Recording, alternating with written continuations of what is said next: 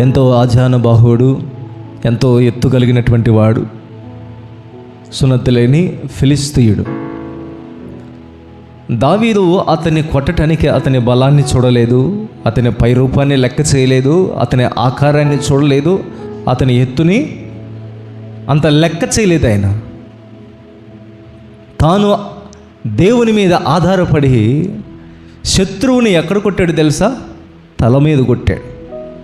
ఒకే ఒక్క రాయితో గొలియాతు కింద పడిపోయాడండి.